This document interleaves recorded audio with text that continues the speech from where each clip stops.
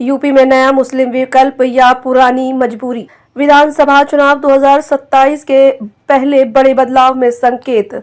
उत्तर प्रदेश की मुस्लिम राजनीति में 2027 की विधानसभा चुनाव में पहले नए समीकरणों की चर्चा है। नसीमुद्दीन सिद्दीकी, ओवैसी, चंद्रशेखर, पल्लवी पटेल और स्वामी प्रसाद मौर्य मिलकर एक नया पीडीए मोर्चा बना सकते हैं। कांग्रेस और बसपा के कमजोर होने से मुस्लिम मतदाता सपा की ओर झुक रहे हैं, लेकिन सपा के सामने भी चुनौतियां हैं। यह नया गठबंधन भाजपा को चुनौती देने का प्रयास कर सकता है, हालांकि उसकी सफलता पर संशय बना हुआ है।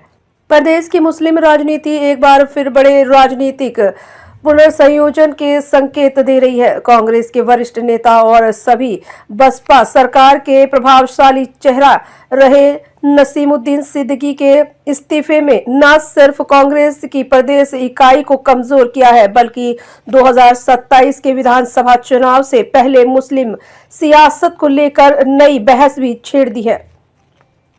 सवाल यह है कि क्या प्रदेश में कोई नया मुस्लिम केंद्रित या सपा के इतर पीडीए राजनीति विकल्प भरेगा, या फिर मुस्लिम मतदाता एक बार फिर पुराने और आजमाए हुए दलों पर ही भरोसा जताएगा। राजनीतिक गलियारों में चर्चा है कि नसीमुद्दीन सिद्दीकी, एआईएम प्रमुख असरुद्दीन ओवैसी, आजाद समाज पार्टी के चंद्रशेखर आजाद, अपना दल की पल्लवी पटेल और वरिष्ठ नेता स्वामी प्रसाद मौर्य मिलकर एक नया पीडीए मोर्चा बना सकते हैं। यदि यह प्रयोग आकार लेता है तो ये प्रदेश की राजनीति में एक नया समीकरण पेश कर सकता है। हालांकि इसकी सफलता को लेकर अभी संशय बना हुआ है। प्रदेश के मुस्लिम आबादी लगभग 20% मानी जाती है।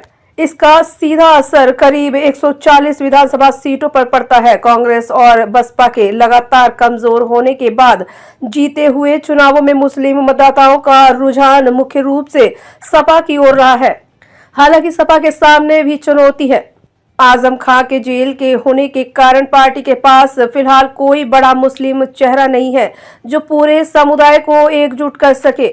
दूसरी ओर नसीमुद्दीन के इस्तीफे के बाद कांग्रेस में भी कोई प्रभावशाली मुस्लिम नेता नहीं बचा है।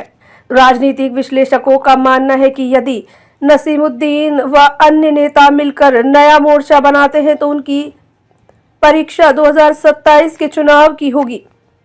2024 में लोकसभा चुनाव में पल्लवी और ओवैसी द्वारा आजमाया गया पिछड़ा दलित मुस्लिम मोर्चा कोई खास प्रभाव नहीं छोड़ सका था।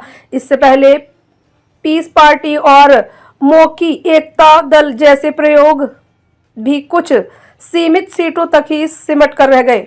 Centre for